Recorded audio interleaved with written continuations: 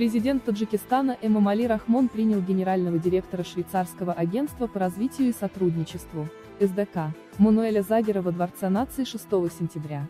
В ходе встречи был обсужден широкий круг вопросов сотрудничества между Таджикистаном и швейцарским агентством по развитию и сотрудничеству.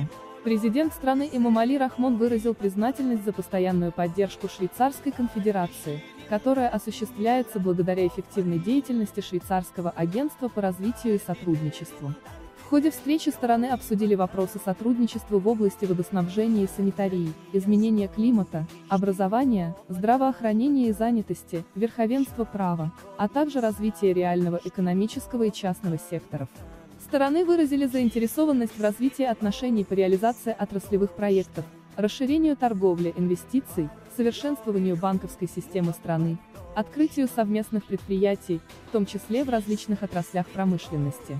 Было выражено удовлетворение сотрудничеством двух стран в рамках международных и региональных организаций, в том числе Организации Объединенных Наций, Организации по безопасности и сотрудничеству в Европе и финансовых учреждений Бреттон-Вудса, Всемирного банка, Международного валютного фонда, Европейского банка реконструкции и развития. Работа межправительственной комиссии по экономическому сотрудничеству была сочтена необходимой.